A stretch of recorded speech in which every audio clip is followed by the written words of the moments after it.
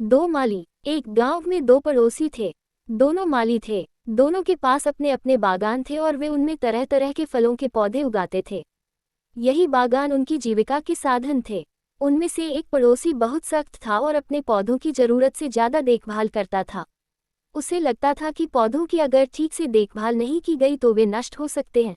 लेकिन दूसरा पड़ोसी पौधों को प्राकृतिक रूप से विकसित होने देने पर विश्वास करता था।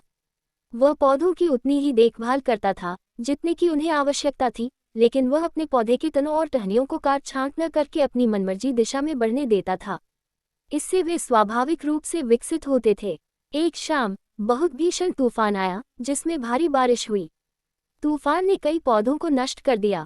अगली सुबह जब सख्त पड़ोसी उठा तो उसने पाया कि उसके सारे पौधे उखड़ गए और बर्बाद हो गए। वहीं जब दूसरा पड़ोसी उठा तो उसने पाया कि उसके पौधे अभी भी मिट्टी में मजबूती से लगे हुए हैं। इतने तूफान के बावजूद प्रबंधन करना सीख गए थे। इसलिए रिलैक्स पड़ोसी के पौधे खुद ही चीजों का इसने अपना काम किया, गहरी जड़ें उगाई और मिट्टी में अपने लिए जगह बनाई। इस प्रकार ये तूफान में भी मजबूती से खड़ा रहा।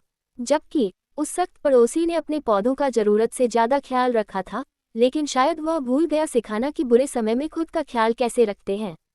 संदेश: अभी या बाद में आपको खुद से ही सब कुछ करना होगा।